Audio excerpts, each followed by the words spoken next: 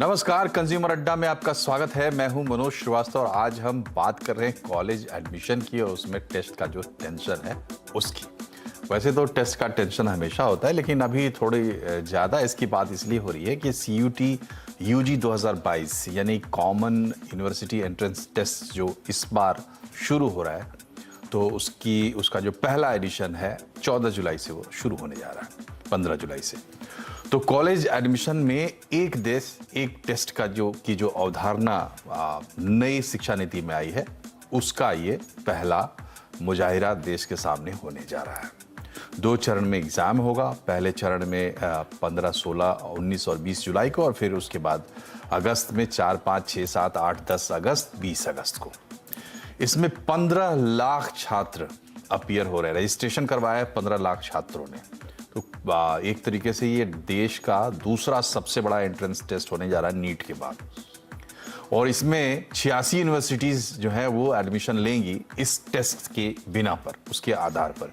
इसमें 4400 central universities है, उसके अलावा प्राइवेट यूनिवर्सिटीज हैं, डीम्ड यूनिवर्सिटीज हैं, और कुछ स्टेट के जो इंस्टीट्यूट्स हैं वो भी एडमिशन लेंगे। तो ये इसका बुनियादी खाका है।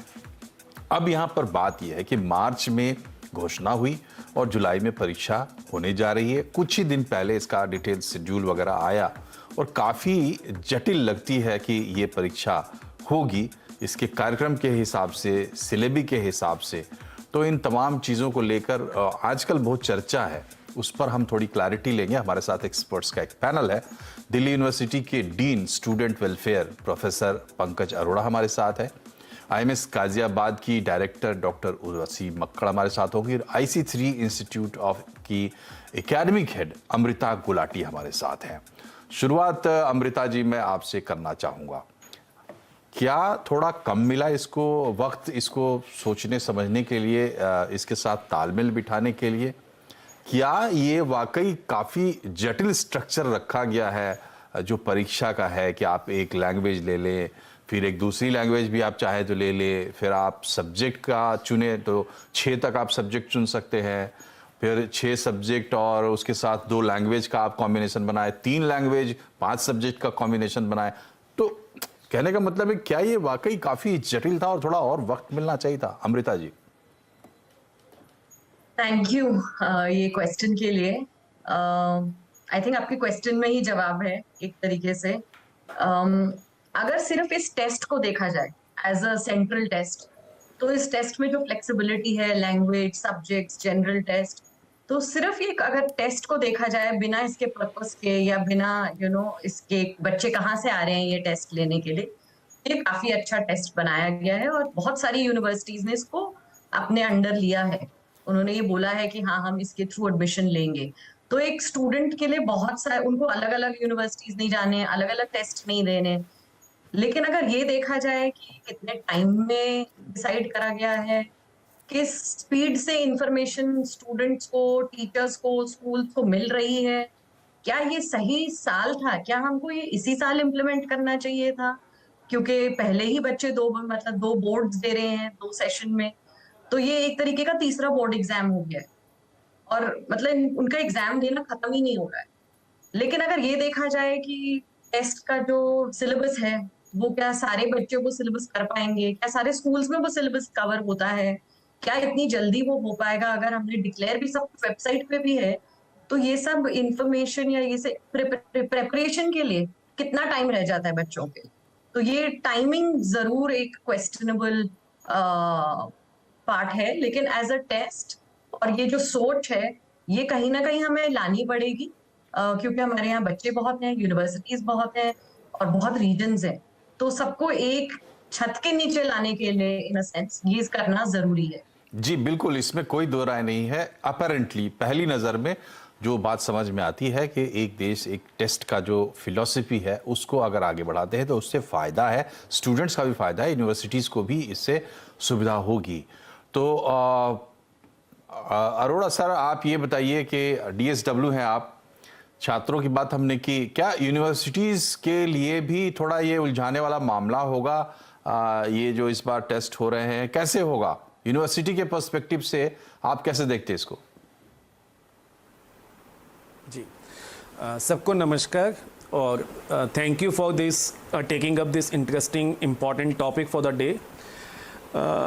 देखिए, जो जब भी राष्ट्रीय स्तर पे, राज्य स्तर पे या इवन विश्वविद्यालय स्तर पे कोई कार्य पहली बार होता है तो हमारे पास उसमें प्रीवियस नॉलेज, प्रीवियस एक्सपीरियंस नहीं होता। तो ये एक परेशानी होती है कि हमारे पास कोई प्रेसिडेंट नहीं है जिसको हम कोट करके आगे का रास्ता देखेंगे। अब फर्स्ट टाइम होने से टाइम शेड्यूल की जो बात अभी कही गई, ऐसा नहीं है कि ये कॉन्सेप्ट नया है। एजुकेशन पॉलिसी 2020 ने एक common entrance test for all under graduate and post graduate programmes की बात जुलाई 2020 में कह दी थी, और उसके बाद से लगातार कोविड पीरियड में ऑनलाइन डिस्कशंस पर, टेलीविज़न डिस्कशंस पर, यूजीसी एमएचआरडी के डिस्कशंस में ये बात बार बार आ रही थी कि हम इस तरफ जाने वाले हैं। 2021 में हम जा नहीं पाए क्योंकि वो कोविड का एक सेकेंड वेव आ गया, जिसकी वजह से हम कॉमन एंट्रेंस टेस्ट की तरफ नहीं जा पाए। लेकिन अब क्योंकि 22 में opportunities are favourable, so we are going for it. और इसमें चुनौती मैं जो समझता हूँ विद्यार्थियों के दृष्टिकोण से, या जिस तरह की ऑब्जर्वेशन स्टूडेंट्स लेके आ रहे हैं हमारे पास यूनिवर्सिटी ऑफ दिल्ली में, वो आगे क्या की है। क्योंकि मैंने जैसे कहा कि इसका कोई प्रेसिडेंट और एक प्री अनाउंस शेड्यूल जो पिछले साल का हो रेफरेंस के लिए वो नहीं था। तो शेड्यूल साथ साथ बन रहा है, साथ साथ लागू हो रहा है, तो इसलिए कुछ चुनौतियाँ दिखाई दे रही हैं। बट जैसे आपने स्टार्टिंग में कहा कि ये second largest examination, public examination होने वाला है। मैं इसमें ये भी जोड़ना चाहूँगा कि ये सेकंड लार्जेस्ट इस साल दिखाई दे रहा है क्योंकि नीट में एक specialised group of students appear करता है जो बायोलॉजिकल साइंसेस का स्टूडेंट है। लेकिन अगर हम लिबरल कोर्सेज की बात करते हैं यूनिवर्सिटी सिस्टम में, जिसमें कंट्री का मास आता है, आम विद्यार्थी जो हायर एजुकेशन के लिए आना चाहता है वो लिबरल कोर्सेज की तरफ आता है। तो I am quite confident that in second year 2022 जब ये होगा तो ये इस कंट्री का शायद सबसे बड़ा टेस्ट होगा, और एनटीए इसको सक्सेसफुली कंडक्ट करने के लिए वचनबद्ध है, तैयार है। जी, तो सही कह रहे हैं अरोड़ा साहब कि ये अगले साल सबसे बड़ा हो सकता है, क्योंकि आप समझिए मास में जो सबसे ज़्यादा स्टूडेंट्स जो काम करते हैं, जो पढ़ाई करते हैं, उसके लिए ये टेस्ट है। और देश के जो चोटी के यूनिवर्सिटीज़ है, वो स्टूडेंट्स जहाँ जाना चाहते हैं, उसके जो सबसे बड़े संस्थान है, वहाँ के लिए ये एक तरह का टेस्ट एग्ज़ाम है। उर्वशी मैम, आप ये बताइए कि इस साल जब हमने चर्चा की शुरू में ही कि भाई थोड़ा वक्त भी कम हो गया, चूंकि पहले से कुछ पता नहीं था, तो पता नहीं है, तो अब कार्यक्रम बन रहे हैं, लागू हो रहे हैं, उनमें ही शामिल हो रहा है। हमारे लिए, हम चूंकि बात कर रहे हैं यहाँ पर, चर्चा कर रहे हैं, हमारे लिए कोई बड़ी बात नहीं है। लेकिन जिन स्टूडेंट्स को अपीयर होना है उनके लिए थोड़ी दिक्कत की बात है। और कुछ गड़बड़ियाँ ऐसी भी सुनने में आ रही हैं कि अब जैसे किसी को जो एग्ज़ाम देने 2 पार्ट, तो एक पार्ट इस शहर में, एक पार्ट उस शहर में, ऐसा भी हो गया है। हालांकि कहा गया है कि एनटीए इन तमाम शिकायतों को दूर करेगा। तो किस तरह की दिक्कतें आ रही हैं इस समय, क्या प्रॉब्लम्स आ रही हैं और उसको किस तरीके से उससे निकला जाए, उर्वशी मैम?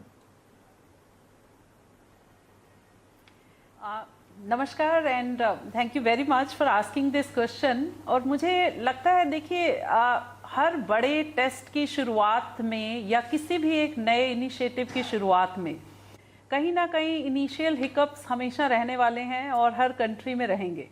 जब हम बात कर रहे हैं एक देश एक टेस्ट की, और फिर ये टेस्ट तो हमारे कंट्री का ऑलमोस्ट सबसे बड़ा टेस्ट होने वाला है जिसमें लाखों स्टूडेंट्स पार्टिसिपेट करेंगे।